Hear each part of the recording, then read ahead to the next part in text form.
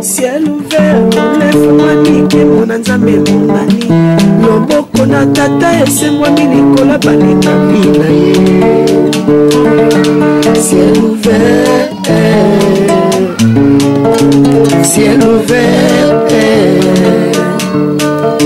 ciel ouvert, oh ciel ouvert, ciel ouvert, oh ciel ouvert, ciel ouvert.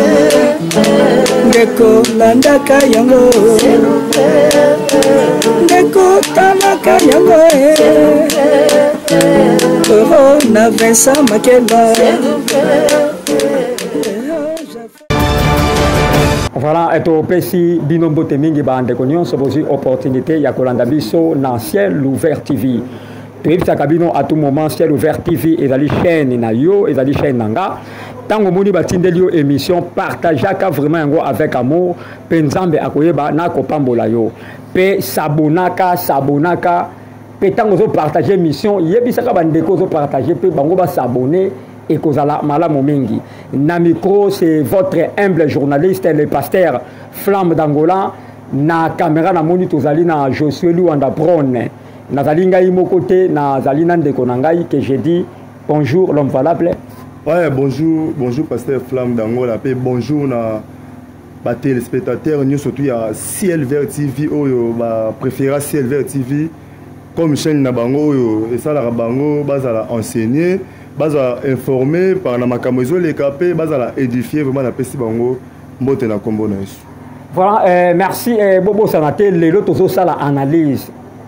Vraiment fanda wana landa biso avec beaucoup d'attention. Nayebi ke okobakisa mayele, okobakisa implice na vie na yo. Pe ndeko nyonso kolanda analyse o ya lelo akozwa connaissance. Soko zalaki na nzela niamu en tout cas ozonga na droiture na vie na yo po oumela na sena mokili. Lelo tozolobela pourquoi ba jeune bazokufa avant l'âge. Pourquoi ba jeune bazokoma na ba 30 ans na passe bazokufa. Mais na tango kale zalaki bongo te. Parce que et salama il faut mwana okunda baboti. Mais lelo tokoma komona baboti bakoma okunda bana. Tokoma komona une vieillesse, une maman moko mubange azokunda koko na ye vraiment eza pasi mingi. Nde lelo pendant toute l'émission autour ça la analyse na l'homme valable azali awa l'homme valable soko somi na eleko ya kala. Tout le monde qui ba phénomène bizarre et baneko sala mateni ngezo sala malelo parce que soko bandika na année 2000 ans. Si to comme lelo o mona ke ba jeune ba koma okufa e belé koleka ba mibange. Vraiment to ningi to mekabina ko sala ba analyse ya makambo oyo selon idée na yo ko pesa idée na yo zandengeni. Merci beaucoup pour la question pasteur Flamme d'Angola. Avant na banda na pesa na réponse na idée pesinga la question tourninga na pesina notre guide spirituel DG à Ciel Vert TV les révérends Vincent Makela patriarche l'homme paranormal place Azali je salue en passant vraiment na pesimo tepena maman Bénédicte Makela notre journaliste mutema ya pasteur Vincent Makela pe ma fille Cristalline. Merci beaucoup pasteur Flamme pour na motuno tuningai. Bon non lobi na soto zongi na kala lelo oyo non lobi ke ba jeune lelo tozo kufa mingi par rapport Jaba mikolo to bakoko na biso ba miko kunda biso fe biso to kunda bakoko par rapport ke to ça ba principe te ba jeune. OK. Na ba domaine nyo surtout même na domaine chrétien na domaine ya mondain partout na ba mamunu surtout ba jeune lelo ki lelo et BBC jeunesse. So mo ba jeune mi ba mo kufa ya besoin ba jeune ba comme na posa ba apparaître. Et ça la jeune chrétien on dit ben nzambe o mo sa la nzambe lelo personne nzambe sa lelo grâce o comme na ba niveau mo li kolon nzambe a donné o comme peut-être a diacre comme ancien comme président de jeunesse o comme conseil la nzambe na ba dimension li kolon ko on a besoin makamuni soto malamu ça la melao on a besoin ta mona bituka on ta ba veste cher ya o moni ba jeune ba buka ba principe liwezo landa biso OK même na mama mukili ba jeune bazo tous sous ba tuté ba tous ba parade tambo na nzela au moins mutu nyo surtout atanga meza jeune aza yanke jeune nyo surtout aza danser ezala jeune fille ezala jeune garçon aza danse yango moni liwa ezokota mingi par rapport ya ndenge olobi par rapport à ndenge bato akala bazalaka. Voilà, merci l'homme valable. Analyse nange eza boye. Ezalaka je crois na année 2011. Entre 2010 et 2011. Na fandaka wana nazali na Luanda. Na fandi na komona ba jeune, soko leki kaka ba photo ba jeune. Ba moins de 22 ans, à partir de 16 ans, ba 22 ans, 21 ans bazokufa. Na mona ke jour moko na fandi na moni idée moko yelinga elobi na ngai na kende na ba morgue. Natala pendant la journée ba corps nini o ekota kebele. Na kendaka na morgue na biso kuna na Luanda. Na kena senga ki nzela na bisi bango kete naza mosala nzambe eza parmi ba matia na talaka na otala statistique ya bato bakufaka ebele pendant la journée. Ba pesa ngai nini na fanda na moni ba jeune bazokufa ebele koleka ba vieux koleka ba vieillard. Ezalaki kaka na morgue moko te na tambola na plus de 3 morgues on a moni ke babilenge bazokufa. Babilenge bazokufa avant l'âge pour nani parce que bazo déborder ba borne. Le long ndenge zali wana ba jeune quand ndenge l'homme valable lobi ke donc ba jeune pour na bango ka ke ngana la danger. Oyebi mutazaka danger zaka Yesu hein. Même ngai nazoloba na obo naza danger te. Moto aza danger c'est Jésus parce que c'est lui qui nous donne le souffle de vie. Lelo ba jeune bazo kufa po na kozanga koyeba. Lelo tozomona neti jeune na kopesa na nini exemple eloko liboso ezoboma biso ba jeune eza nini ezali entourage. Parce que okomona na kati entourage na bino okomona eza na jeune moko boye si aye kaka bomona ya azalaka na bambongo ebele na saki na ye. Oh. Soki ya ye yo soko bimisi 1000 francs omona ya bimisaka tamso ba 10000 abimisa tamso ba 100000. So ba mbongo wana soko landeli source na yango o comprendre que azwarango peut-être pas ya tata moko mukolo azwarango peut-être pas ya maman moko mukolo azo pesa ye pona ko utiliser ba chance na ye. Jeune yozo landanga na que pendant émission oyo ekopesa yo sagesse ekolongolo na nzela zigzag ozonga na nzela droitier. Donc ma jeune bazo kufa avant eloko peso boma bango eza entourage l'homme valable. Bon, merci beaucoup eza entourage yami balezali nde nalobaki ko envier. Jeune a besoin comme na world via world. Lelo ba jeune mingi ba na world parce que situation auto vivre dans actuel ils ont un peu ya passe. Ba jeune mingi ba ko situation auto mais surtout zongi na Bible eza ba signe ya temps de la fin. OK. Ba bilenge mingi bazo comprendre te bazana ba comprendre ta auto comme na ngote. Tango e ba nzambe bi besoin sa biso na Matthieu 6 33 et ça besoin chercher premièrement le royaume des cieux et le reste et la justice de Dieu et le reste vous sera par-dessus rozango na nzela mike mike. Ba jeune lelo bazana besoin te ba wela bokonza likolo parce que na bokonza likolo maramunyo soto zana besoin na ngoto koza yango et pas à Jésus Christ et pas à Jésus tout est possible. Mais les gens, pourquoi ils ont besoin d'apparaître, ils ont envier. Ils ont peut-être une flamme. Ils ont pas une flamme, ils ont un RAF 4. Ils ont besoin d'envier flamme, ils ont appelé la RAF 4 le rôle. Ils ont même un liwa makas pour envier. Tout le jour, micro les cas. Là, on a son message, je me na réseaux sociaux batindeli ngai message mutu moko aza soki West Africain aza na Côte d'Ivoire atindeli ngai message ayebisi aide ngai na moteli spiritualité na lasa ko message yango na si unozwa esprit ya message na otango même na réseaux sociaux na otango na émission atindeli ngai message na aza makasi ya spiritualité aide ngai na tuni na nini alasi ngai ba exemple ebele abi topesaka ba porte-monnaie magique topesaka mbongo soki olingi ozwaka mbongo après 30 minutes ozwimbo après 30 minutes montant oza na besoin nango e bimela to pesaka abi to pesaka sandu e nini ba benga ngoni sandu quoi il y a magique, diplomate magique. Asinga biloko ebele, topesaka auction, oza musala nzambe, topesaka auction po isabat. Ngana ebisi na tinele message, na essayer bien aimé, répands-toi.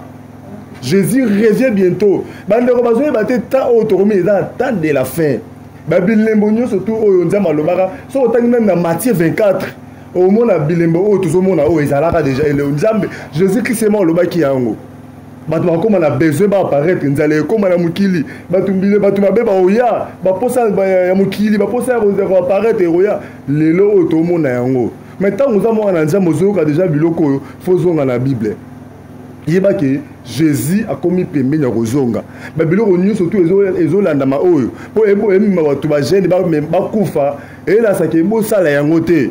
Convier moko eloko moko te ba porte-monnaie magique ba pesa wana akomeninga eza na condition moko te eza na nini na convenient moko te akomeninga na bise bien aimé répands-toi ndongo na moni ba photo na oza jeune nzamba lingi nzamba za na posa na yo yo komi adete ya diable o gagnera ba tuna bokonzi ya satana to na lifelo bien aimé répands-toi na tinere message na si azona na émission oyo abongo na mutema atika biloko yango ngai na yebi nzambe na boyo yango me ba jeune mingi bazokota mambo wana bazumi apati ni de numéro mobimba soko bengie abinengo ni bo sala bokuta na pomona kambo wana ba jeune belé ba okota yango metango okota mambo wana ozala ba famille mususu basimba akiste ba famille belé so okoti mambo ya ba magie okufa yo moko yango zomi maliwa.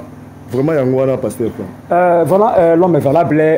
Au lobby, et le commun est très important. Dans Matthieu 6, cherchez premièrement le royaume des cieux et la justice, et le reste vous seront donnés par-dessus. Au yebi, le commun l'homme valable, le lobby, est très important. Au yebi, qu'on envier, et le commun est bon, ma biso ba gêne yangoana. Donc, au lieu que mona mutu, atamusa mutu kate. So moni mutu akomi na mutu kazo tambusa obandi ko envier. OK, Bible so loba to envier te. Bible bi ko envier bozui ya muninga te. Po oyebi te bozui wana euti wapi. Envier kaka makambo nzambe, envier nzambe. Ozo pesa ngana on souffre de vie. Lelo ba jeune bele bazo kufa pona nini? Bilinga. Okota na Facebook yoka ozotala kaka ba papa wana o bazaka ya ba pembe ba papa naka o bataka ba statut na bango na tse jeep ache photo mo ba na Dubai yo okota kaka ba Facebook pona komela bango ba message.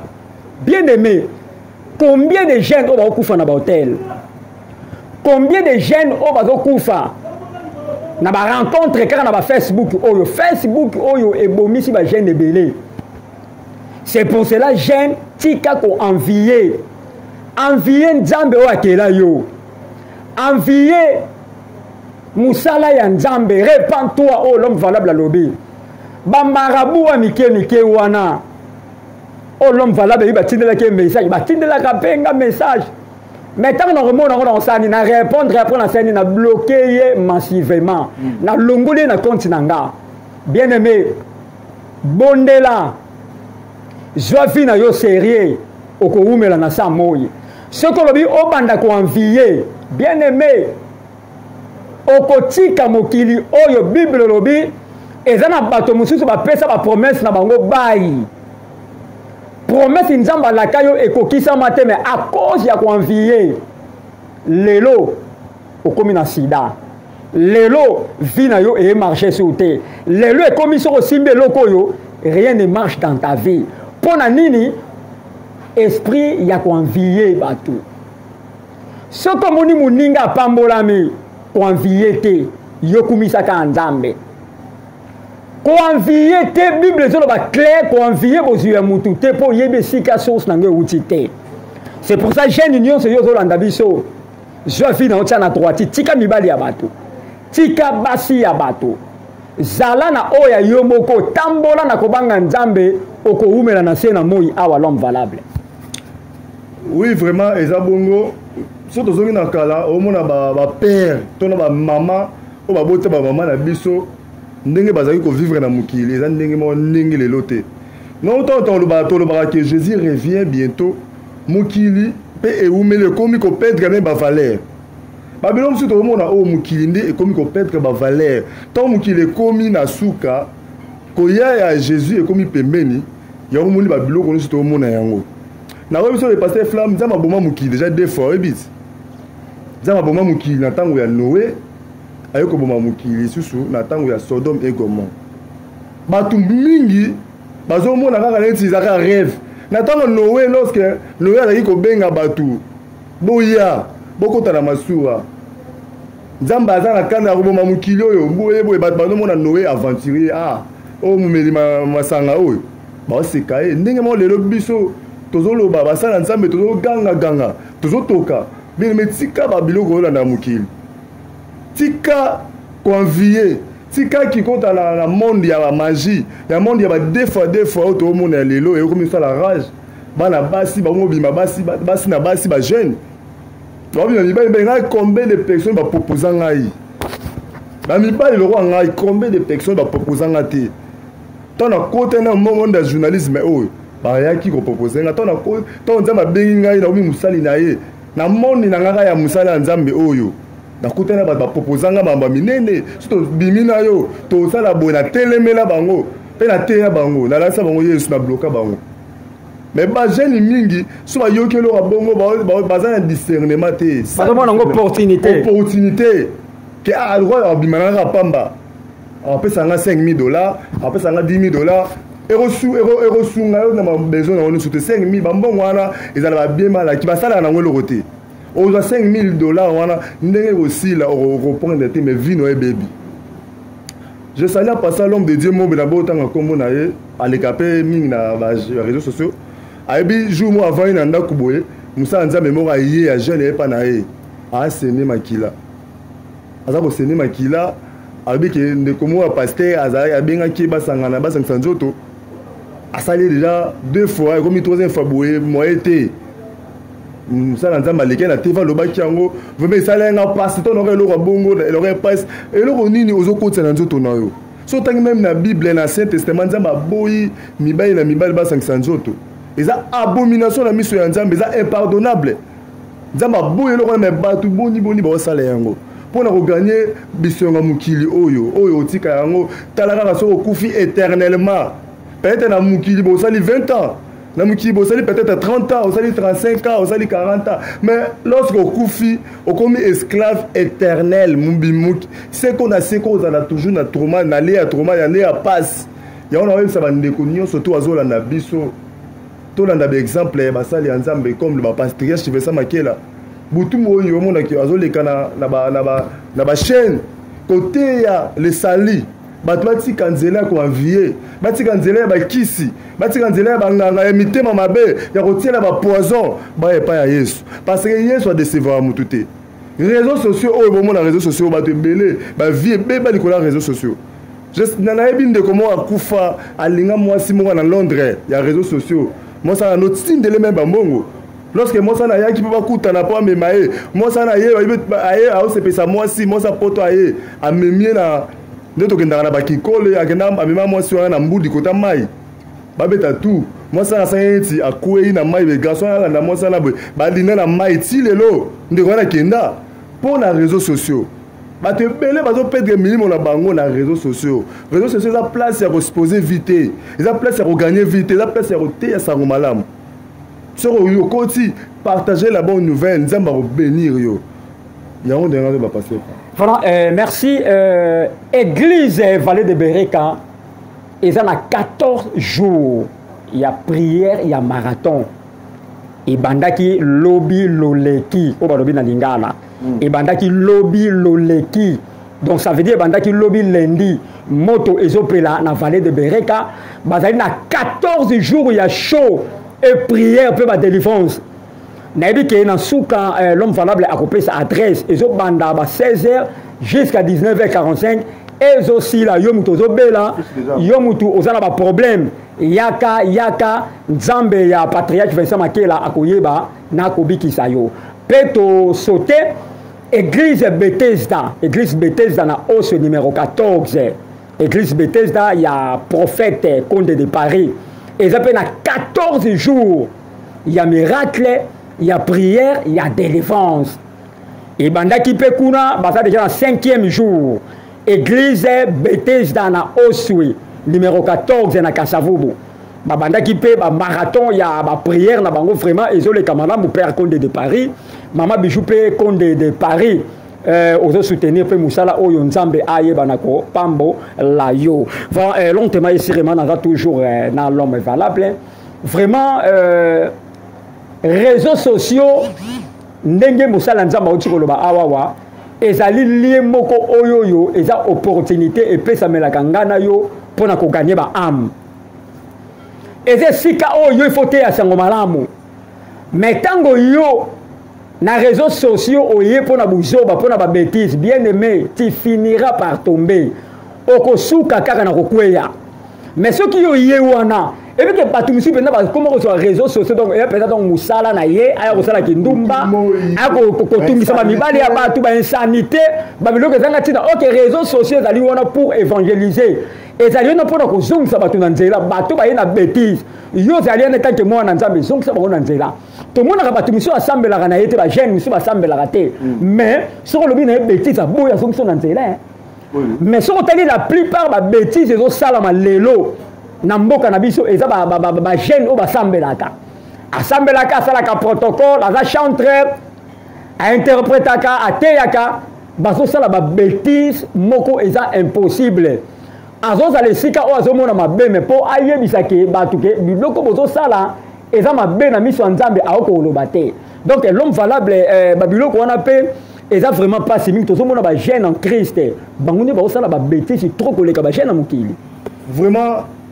question le lobby esalinga mpasi makasi omoni biso mpe toza bagene lorsque torecevoir jésus christ na vie na ngai na bananga ngai nazalaka mpe mutu nakoli mpe na bacamarade natangi bauniversité tosali mpe mwa baloyenge mokie ya bojesi ya mokili mais lorsque ngonga na ngai ebetaki na recevoir jésus sauveur na ngai ya vie na ngai nyonso to ya vie natikara nyonso tu natika nyonso tu ba camarade ba copine nyonso tu ya mokili ba masanga nyonso tu ngazaka mutu ya loyenge mais lorsque Jésus abeta pe porte na mutema nanga akota na yamba ye akota akoma nyonso ya vie nanga mais autre monde tobenga oyo mona ba chrétien soit disant ba chrétien ba osala ba n'importe quoi na ba porte quoi na réseaux sociaux tobenga ba recevoir na Jésus Christ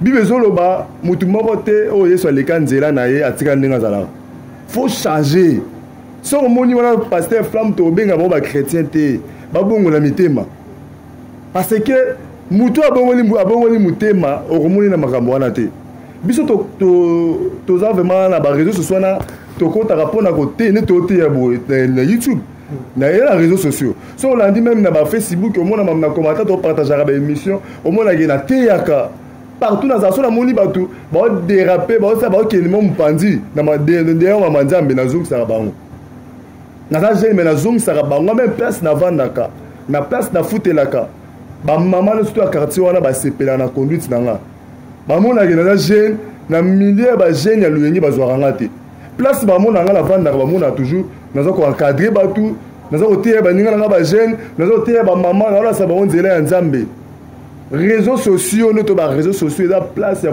kospose nzoto na oteya tomona lelo ba TikTok omona elenge mwasi elenge mobali avandi journée mobimba kofinga koloba buzoba kosala ba publicité ya mutu lokola yo eza interdit na Bible okumisa mutu lokola yo te fo kumisa nde nzambe mokeli na yo bajeni lelo bakoma okumisa mutu omona banda onde okumisa mutu po mutu apesa mbongo wana ozwa yana ok nango wapi yango moni liwa ezokota mingi na bajene yango moni nolo bayike bajene bazokufa koleka bamama mikolo bapa mikolo bakoko baotikala bajene bakufa pourquoi parce que bazotosa baprincipe te balandi baprincipe ya nzoto balandi baprincipe ya mokili balandi baprincipe ya makambo ebele yango ezomema bango na liwa bajene ebele so okoti meme na bakartier na biso na banzela omona bafoto so okoti meme na réseaux sociaux na Facebook omona toujours bafoto ya bajene jeune fille après 3 mois akufi jeune garçon abalaki après 2 mois akufi oyo azwaki musala akufi banomé na musala avoyagaki akufi pourquoi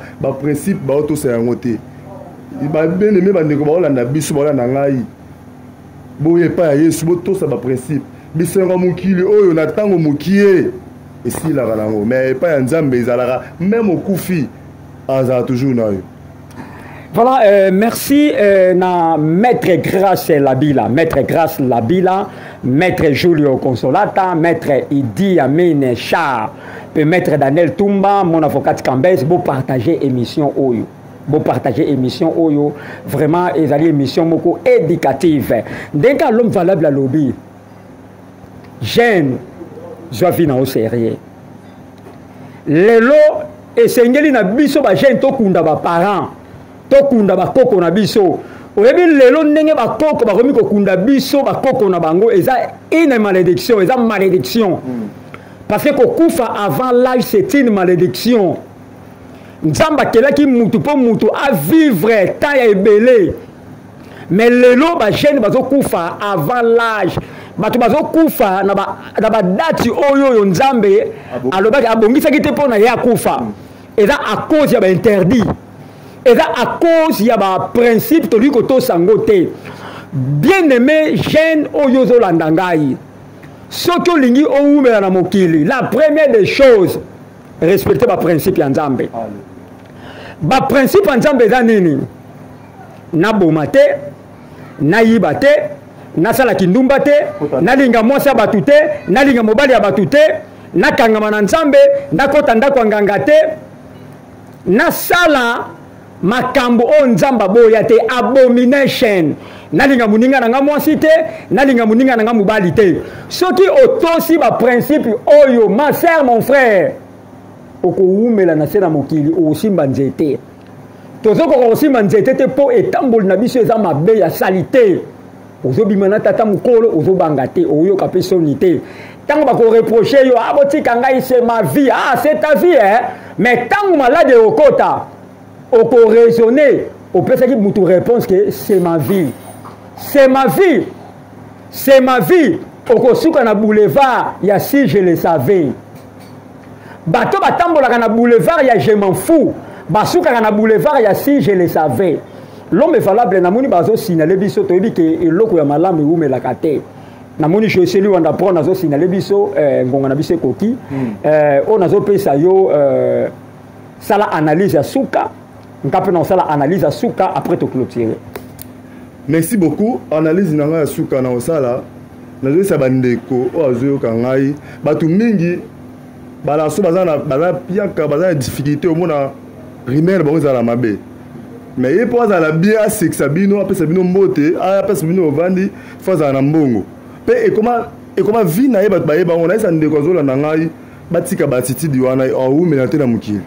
Faut que mutu ay ba position na hote oza na mbongo za na mbongo te za na titi toujours ya moya na Nzambe na la sembela o epa bande konyo surtout o ya yo landi émission o ya les jeunes et za la jeune chrétien et za na ya vie souté émission o to sala ngo pona ndeko o azali banda ya mambo Nzambe ayamba Yesu pe o azakati na Yesu akota profondément la vie na été c'est le moment ya kokota Yesu na vie na yo ba numéro ezali wana benga oya ma patriarche besa makela oya ma basala Nzambe même toza wana ba suggestion na yo okomi wana Nzamba osala o grâce o yo kutana basala Nzambe ba okoti sona bokonzi ya lola bien aimé synthèse na sali yango wana analyse na yango wana kota nzela ya Nzambe tika mokili tika loyenge eza na litomba moko te bato ebele basala ba loyenge yango avant biso to botama ba tika yango yo memango tsango na poche yaka pa ya Nzambe yo asala na mandat à ça toujours na vie na mobimba. Vraiment merci beaucoup. Je salue le révérend Vincent Makela, notre patriarche DG à CLV TV. Vraiment banabéré canyon surtout ba jeune parce que né na té ya boya part aux la ministre de Dieu, je suis aussi président à jeunesse. Na kambara ba jeune ya RSC ya ville qui a commune qui ça ça na kambara ba jeune RSC ba jeune ya vallée de Bereka na kambara bango na moko o Nzamba sala ngai grâce na leka pe na via ba loyenye pona na édifier ba jeune lokola ngai na ça ba kokunda eloko malonga ezate parce que ngamo pe na leka na nzela wana na mona eloko malonga te nozo ba déception nozo makambo mabe na risque même na kufa mais nzambe abenganga na beta shit libre lelo na ya pa ya Yesu belingi pe ndeko aza lokola nga aya ya nzela ya nzambe. Vraiment merci beaucoup. Église va de ka toza na milula minene ndenge pasteur Flamme alobaki toza na pri na milula minene toza na activité ya séminaire des semaines. Titre thème nango principal les alliés les délices éternelles. Bien aimé tobana ki yango lundi le 10 et aussi là dimanche le 23 to bengisi bandeko nyo surtout ba na nzambe nyo surtout o azana kitsa sa lingaka makambo ya nzambe yaka okozala édifier okozala déciter nzambe repesa yo makambo minene okozala jamais déci tozala basali ya nzambe nyo to leka yo azala to bani na patriarche Vesa Makela na si affiche ngwana bozomona eza séminaire bandaki lobby déjà adresse pesana tozana avenue Malukul numéro 86 commune de Kinshasa référence ezali marché libéré marché ya Zigida pe na croisement ya Kabinda Kasavu so yo tunika avenue Malukul numéro 86 quartier Pende ozala vraiment décité oyaka na milulu wana peut-être nzambe azala posa na oya nzambe azala bosenga na yo.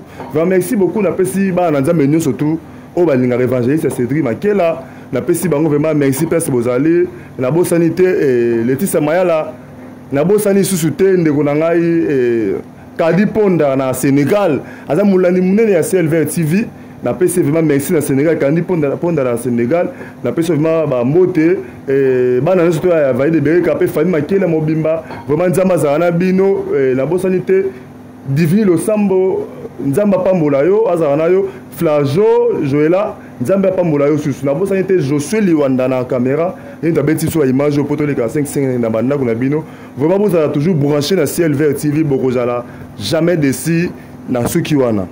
Voilà, merci l'homme valable na invitation. OK, peut savoir numéro de téléphone là. Merci beaucoup pasteur Flamme, mon numéro est allé plus 243 89 61 33 615 sur Obengi au Yamangai Moko, votre frère, votre serviteur évangéliste Cédric Makela, vraiment ça m'a pas mon abonné surtout. Voilà, l'homme valable appelle si numéro ya téléphone naïe kakande turubaki analyse gêne répand-toi gêne zonga nzela nzambe tika baventure parce que la vie nakufa ezala kaka pembeni na yo ezaka na munoko na yo zwa vi na yo sérieux po oumela na mokili tika ba aventure tika bilinga linga tika via hypocrisie surtout hypocrisie to lobelangwa à la prochaine émission hypocrisie nde ezo sala ba gêne belé ba oumela te ozana fiancé na yo awa mais ozakuna okekuna c'est pour cela vie na yo ezo la bloquer ozako émerger te yo to kan sesiko kei o makambe ko bonga OK ok, si on s'affoncer, ok, si on koufa pour rien. C'est pour cela, prends ta vie au sérieux. Battez la qui bonzambe, na yo penzambe akopambola yo. Na micro, ezala ki yabino pasteur Flamme d'Angola. Na caméra tout monde qui Josué Luanda Brone. Nazala ki nga mokote, nazala ki na confrère nanga ye l'homme valable évangéliste Cédric Makela. Na pesimbote na apôtre Idi Amene Linzoke Mbombocha. Na pesi mbote na apôtre Shongo Bola apôtre Bola Shongo nzamba pambola yo héritier kasongo mokonza Bruxelles na pesi mbote na mona bière Mayatomo Mayamoto nzamba pambola yo na pesi mbote na Rex Mobutu nzambe ya basket na bandal Rex Mobutu nzamba pambola yo nzambe ya basket na bandal na pesi mbote na Ange Mwamba l'ambassadeur pasteur Tetendaya nzamba mona yo na pesi mbote na pasteur Emmanuel Isola. Et sans oublier, serre exaucer ma foi là. Serre exaucer ma foi là, dans les rochers salis. Gloire ma foi là. Atara ma foi là. Nzamba pambo la famille, ma foi là. Nzambe ame mabino li. Bosso la pesimbote na Vincent pour que fille à question. Francine Dipinda. Deborah Okito. Pe Lisa Kitata. Betty Kitata. Na pesimbote na couple junior maman Julia. Nzamba Monabino. Gérant Trésor Lokamba, Nzamba Pambola yo, prophète chancelier Lema, prophète Isaac Mabonzo, père Conde de Paris, maman Bijou Conde de Paris, Fabrice qui parle là, ciao.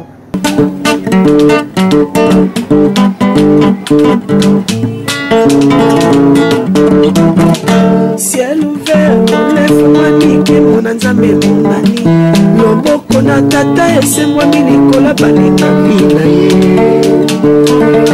ciel ouvert